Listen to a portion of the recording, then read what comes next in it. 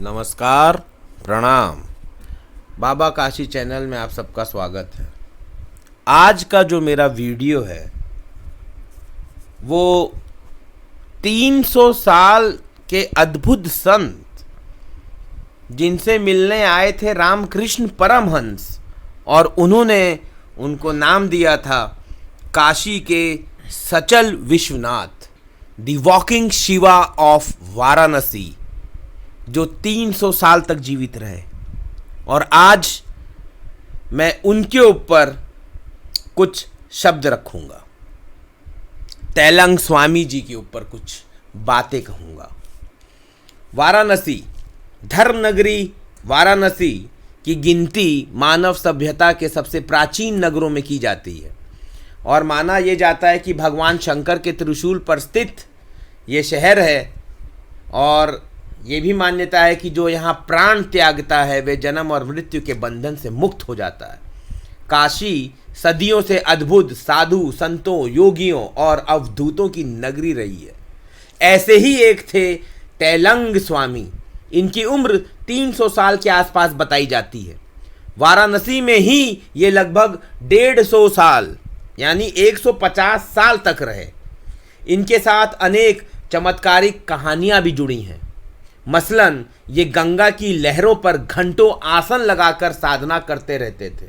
अंग्रेजों ने इन्हें जेल में डालने की कोशिश की, लेकिन कोई जेल इन्हें कैद करके नहीं रख पाई। कई बार लोगों ने इन्हें विष देने की भी कोशिश की, लेकिन जहर भी नाकाम रहा। इनसे मिलने जब स्वामी रामकृष्ण परमहंस आए तो अभिभूत हो गए। बाद में उन्होंने कहा, ये तो साक्षात शिव हैं, काशी के सचल महादेव, अर्थात the walking Shiva of Varanasi. Telang Swami का जन्म 27 नवंबर 1607 में आंध्र प्रदेश के विजयनगरम जिले में हुआ था। इनका नाम शिवराम रखा गया। इनके माता पिता भगवान शिव को पूजते थे। शिवराम भी भक्ति में लीन रहते। उन्होंने विवाह भी नहीं किया। जब ये 40 साल के थे, इनके पिता का देहांत हो गया, और ये अपनी माँ के कहने पर शिवराम ने भगवती काली की उपासना शुरू करी 40 साल की उम्र के बाद। और शिवराम को अपनी माँ से इतना प्रेम था कि माँ के देहांत के बाद ये शमशान में ही रहने लगे।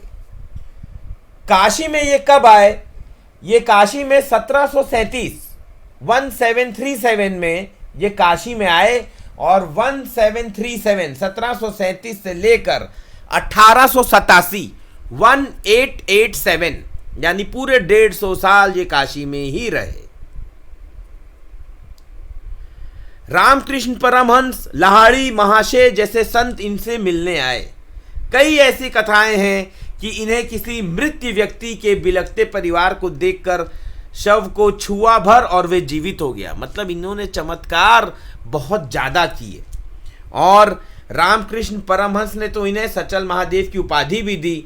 बताते हैं, रामकृष्ण परमहंस ने जब तेलंग स्वामी को देखा तो कह उठे, मैंने देखा कि साक्षात ब्रह्मांड के स्वामी इनके माध्यम से जनता के सामने प्रकट हुए हैं। वे ज्ञान के चरम अवस्था पर हैं। उनमें देह का बोध बचा ही नहीं है। ऐसे गर्म रेत पर जिस पर पैर रखते ही जल जाए, उस पर ये आराम से लेटे रहते थे। तेलंग स्वामी सही मायनों में परमहंस हैं। उनकी उपस्थिति मात्र से बनारस प्रकाशित हो रही है। ये वाराणसी के सचल महादेव हैं।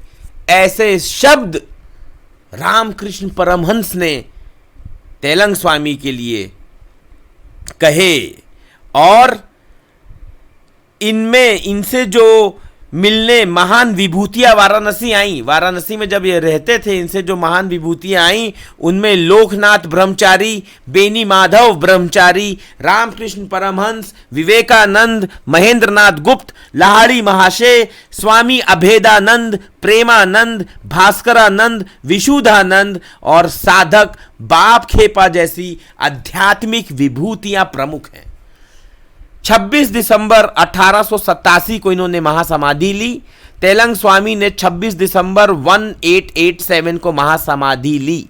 तब तक वे वाराणसी के 80 घाट, हनुमान घाट के वेद व्यास आश्रम और दशाश्वमेध घाट पर निवास करते रहे। आज भी वाराणसी में पंचगंगा घाट पर स्थित उनकी समाधि पर अध्यात्म के जिज्ञासु देश विदेश से पहुंचते हैं। आप जब भी वाराणसी जाएं, वहां पे एक पंचगंगा घाट है। पंचगंगा घाट पे जब आप जाएंगे और आप किसी से भी पूछेंगे कि मुझे तेलंग स्वामी जी के मठ में जाना है, आपको आसानी से कोई भी ले जाएगा। और ये वो जगह है जहां पे तेलंग स्वामी ने समाधि ली। इन्होंने अपने वर्ष के 150 साल जहां पे काटे। तो ये थे वॉकिंग शिवा ऑफ वाराणसी, अर्थात तेलंग स्वामी, जिनके ऊपर मैंने कुछ बातें कही।